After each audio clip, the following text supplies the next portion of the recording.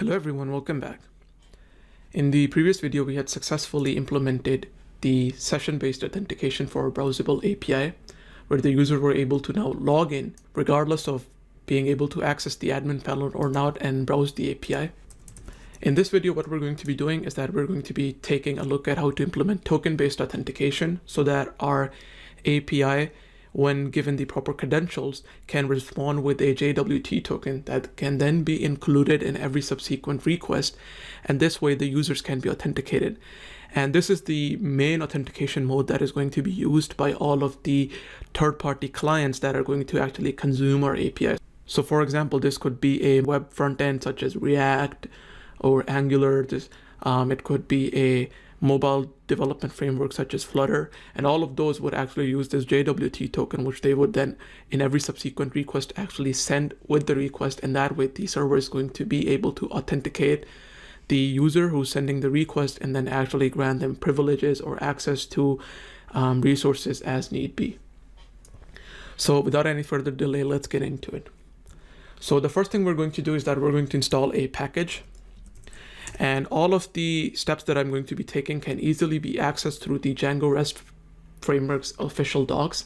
And the exact place that you have to go to, I'm going to show you guys, is that if you go to the official Django REST framework website, from there you can go to API guide, click on authentication, then scroll down, and you can take a read as how to authentication is determined. And you can also see how we had implemented these default authentication classes. But now, since we want to implement token-based authentication, what we're going to be doing is that we're going to be using a third-party package that is called Django REST Framework Social OAuth 2. Django REST Framework Social OAuth 2 is not only going to allow us to implement token-based authentication, but on top of that, it's going to allow us to actually implement OAuth 2-based authentication as well, where clients can actually go to Facebook, Twitter, Google, or other social plugins that provide OAuth 2 capabilities, grab a token from them, send that token to our server, and in response get a new token given back to them, and that token is then going to be used for every subsequent request. So you can think of the Django REST Framework Social OAuth 2 package as a package that takes the JSON Web Token Authentication package and then extends upon it by adding OAuth 2 functionality as well. So the first thing we have to do is that we have, and if you want to read more in detail as to what the actual package is all about, you can click on this link in the description and it'll take you to the actual GitHub page for it. So now that we have this, what I'm going to do is that I'm just going to drag this out and we are good to go.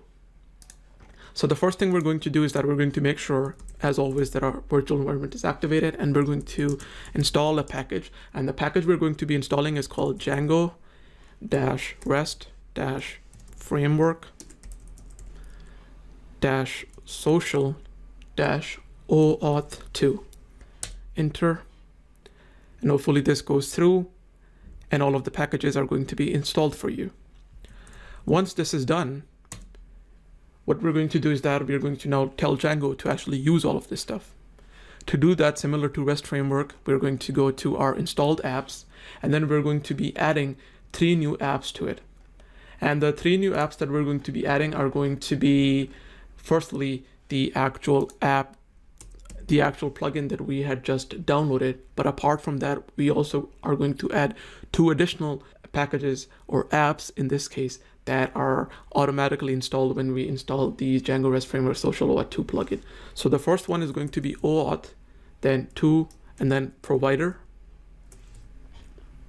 Once we have this, the second one is going to be social Django. And finally, we'll have REST_framework_social_OAuth 2. And then we can add a comma and we should be good to go. So with this, what I'm going to do is that I'm going to do command save. I'm going to just run the API, make sure that we get no errors. So yeah, as you can see, as of now, we might get some migration issues, and that's a good thing, because if Django can send some kind of migrations, that means that it was able to successfully load these 3 apps in. So now that we have this, the next thing we have to do is that we have to perform the actual migrations for these apps. And for that, what we can do is that we can do /manage.py and then make migrations just as a good step. And then we can do manage.py migrate, and this should actually perform the migrations on the database. Once we have these two steps, we can just run the server. And now the migration issue should be no more. Now that we have these, the next thing we have to do is that we have to go to our actual URLs, and we have to actually register the authentication URLs.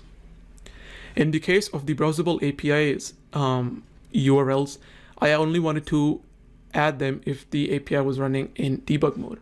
But in the case of the authentication URLs that we're implementing right now for token-based authentication, regardless of whether the API is in debug mode or not, we still want to include the endpoints. And for that, what we're going to do is that we're going to add the actual endpoints to our auth API URLs list.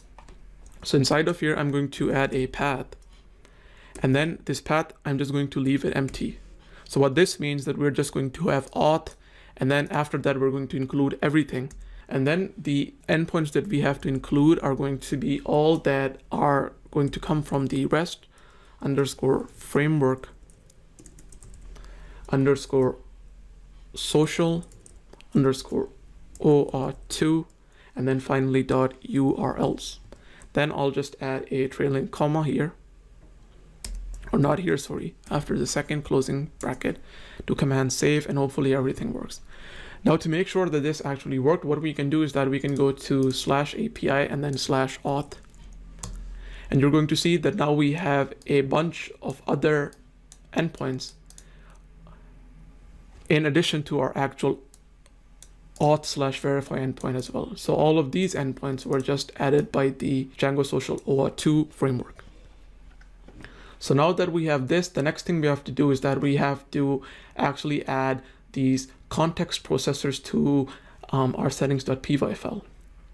And to do this, what we're going to do is that we're going to go to the settings.py file inside of our app. And then we're going to actually browse down to a specific section inside of Django, which is called templates, as you can see here. And then inside of templates, we're going to have a section which is called context processors. Inside of here, what we're going to do is that we're going to add two new context processors.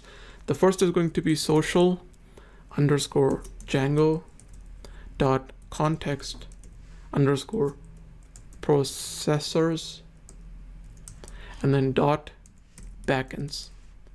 And then from there, we're also going to add another, and that is going to be social underscore Django dot context underscore processors, and the P is does not need to be capital, processors, and then dot login underscore redirect.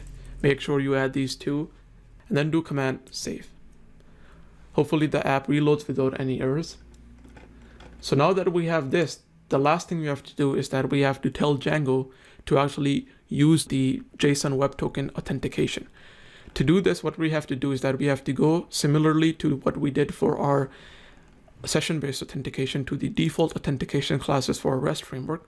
And here we're going to add our two new authentication classes. So I'm going to add a comment, and this comment is just for like my internal understanding of what we're adding. And I'm just going to do OAuth2 authentication classes.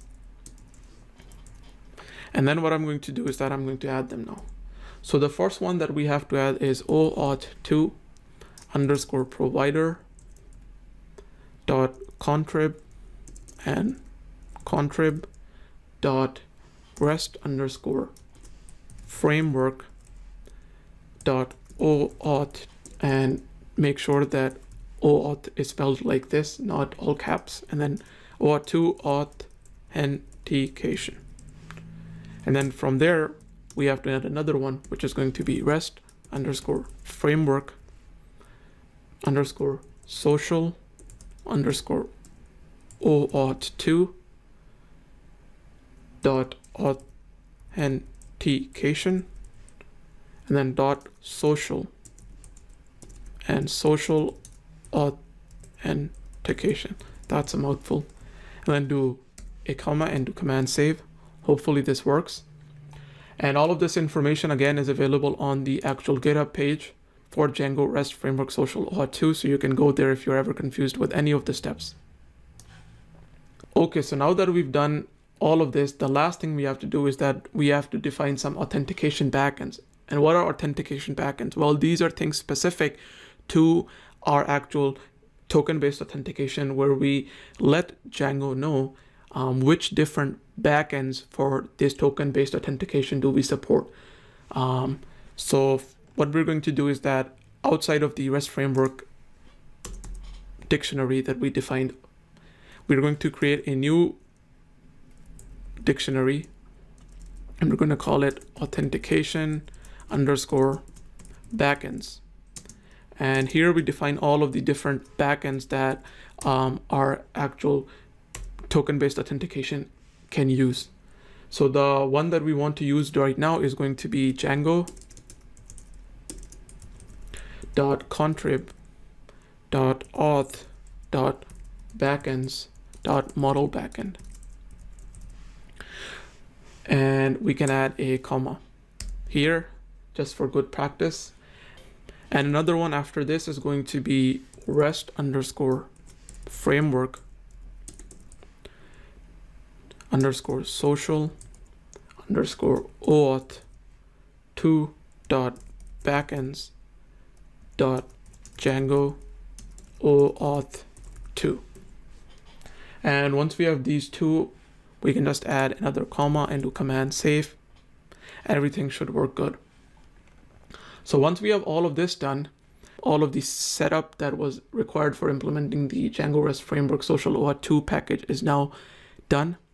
So I'm going to end this video here, and now in the next video, we're actually going to be testing if our implementation was successful or not. So with that, I'll see you guys in the next one. Thank you.